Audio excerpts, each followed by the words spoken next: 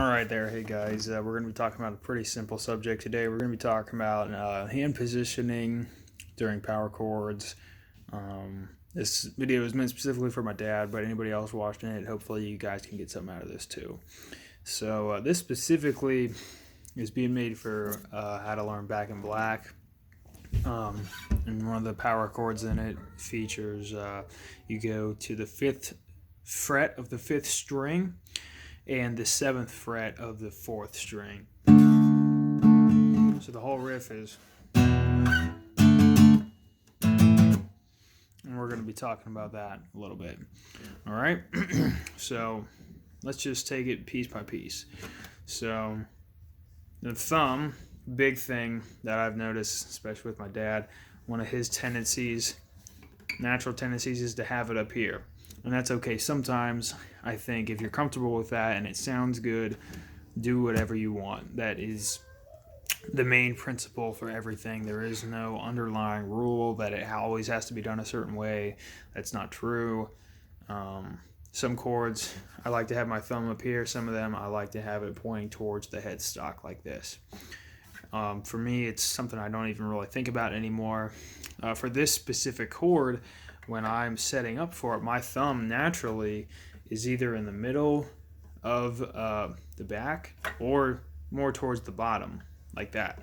So, but never like this. Even for me, that would be very tricky to do that. So that's a big thing. That's where my thumb naturally goes, is right there. All right, let's talk about index finger, right? For me, my index finger, obviously, it lands on the 5th fret of the 5th string, because that's a note we're playing, but otherwise it's pretty much just laying down across the rest of the strings, and it's almost in line with the actual fret right here, but it's got a slight point towards my head. So that's what I like to do.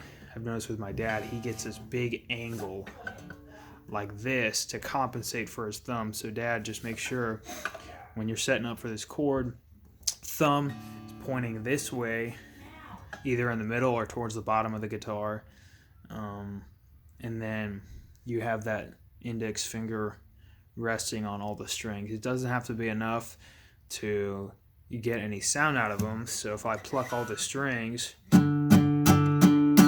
you can only hear the 5th string.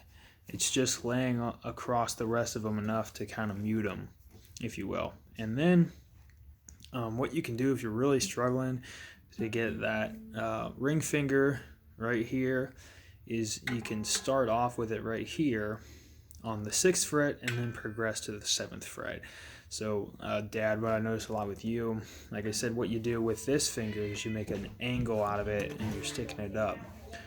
Like I said, you want this to be laying across the strings almost in line with the fret here, slight angle towards your face, right?